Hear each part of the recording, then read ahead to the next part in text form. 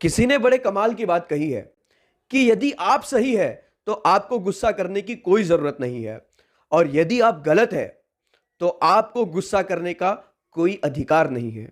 Hi guys, आप देख रहे थे मोटिव स्टार, और आपके लिए एक छोटी सी कहानी, ये कहानी सिकंदर महान की, जिसके बारे में उनके लोग कहते थे कि उन्होंने आधी दुनिया जीत ली है, लेकिन सच ये था कि उन्होंने सिर्फ 15% दुनिया ही जीती थी। एक के बाद एक देशों को हराते हुए सिकंदर की सेना आगे बढ़ती गई, नॉर्थ इंडिया तक आ पहुंची।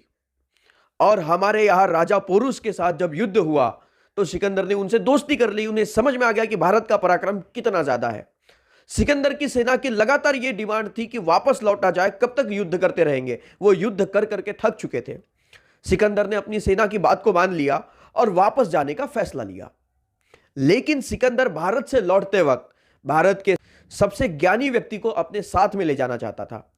उसे किसी ने बताया कि एक महान संत है, उनके पास चले जाओ, अगर उन्होंने तुम्हारी बात मान ली तो वे तुम्हारे साथ तुम्हारे देश चले जाएंगे। सिकंदर ने कहा कि अरे मैंने तो बड़े बड़े को हराया है, बाबा जी क्या चीज है। बाबा जी के दर्शन के लिए पहुंचा। बाबा जी निर्वस्त्र निगंबर ध्यान में बैठे हुए थे।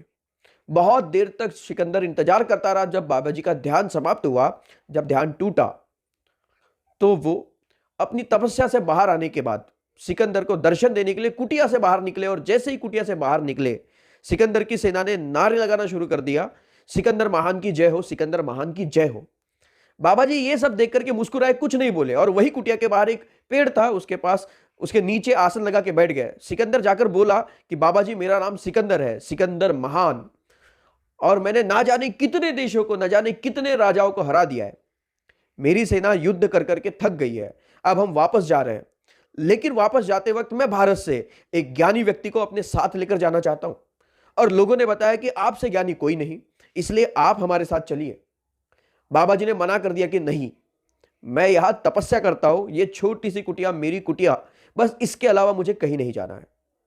सिकंदर ने फिर से कहा कि बाबा जी मेरी बात मानिए, मेरे साथ चलिए, मुझसे बहस मत करिए, मैंने बड़ों बड़ों को हरा दिया है, और आप हमारे साथ चलेंगे तो हमारे लोगों का भी ज्ञानवर्धन होगा, उन्हें भी थोड़ा ज्ञान मिलेगा, आप हमारे साथ चलिए। और एक बार फिर से उसने रिक्वेस्ट की। बाबा जी ने फिर से मना कर दिया कि नहीं, मैं ये जगह छोड़ करके नहीं जा सकता। सिकंदर को गुस्सा आ गया।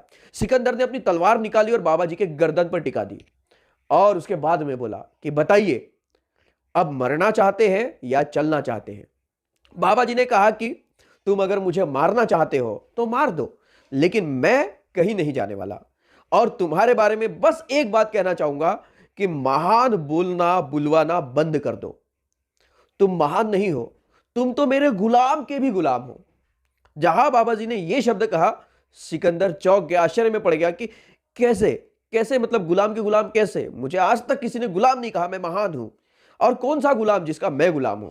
तो बाबा जी ने कहा कि मेरा गुलाम है गुस्सा। जब मैं चाहता हूं तभी वो गुस्सा मुझे आता है, लेकिन तुम तो उस गुस्से के गुलाम हो, तुम तो मेरे गुलाम के भी गुलाम हो।